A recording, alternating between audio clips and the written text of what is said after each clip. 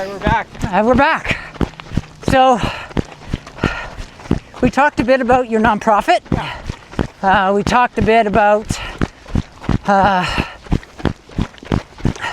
kind of some of the interesting lessons you've learned since starting a nonprofit. Yeah. But I don't know if we captured that. Yeah, so one thing that's even, I would say, since then is this notion of die with zero. So to add to it. So when I was growing up, the common thinking was build retirement savings, create an inheritance for your kids. But the more I think about that, the more I realize that by the time that happens, my kids will be in their 60s. So what do they need an inheritance for? Right, they'll have built their own wealth, yeah. So the notion is, let's spend it wisely while we can. Yeah. And also while we are rational enough to make good thoughts. Yes. So for Donna and I, what that looks like is, let's take what we have, and we're not wealthy people, but we can certainly set aside part of our money to do something good in the community that's given us so much. Right. So let's do that now, not 30 years from now, when really it's all just being done by default. Right. And so that's kind of exciting because it means that we can make choices. Yes. So we can decide. And for our kids, we can decide what they might need now. So, obviously they might want to get into a house, etc. But to me, this is the fun part where we can make those sorts of decisions and we can do something actively now. But it also has long-term value. So we're also interested in having something that is a legacy, not of our name, but of what we've been able to do. Your values. That's right.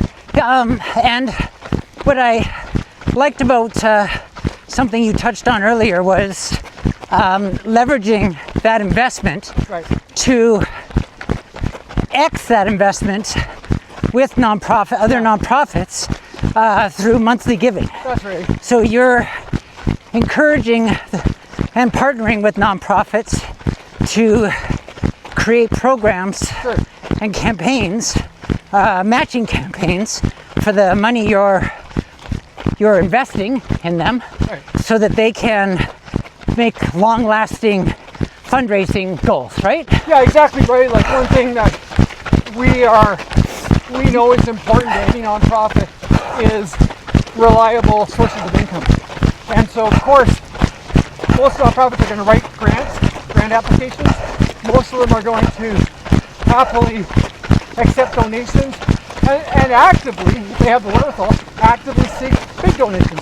But what we're interested in is, what about contributions that happen every year that they can count on, or every month?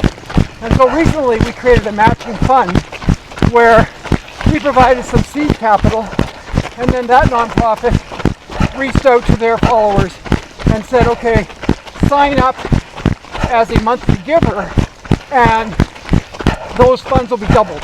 Right. So we were able to triple the value of our investment. That's fantastic. But even better, that nonprofit now gets that money every month. Yes. Because people signed up at $15, $20, $30, $40 a month. And we all know that when you sign up for monthly giving, chances are pretty good you're just going to leave it alone. Yes. Which is awesome. You're doing something great.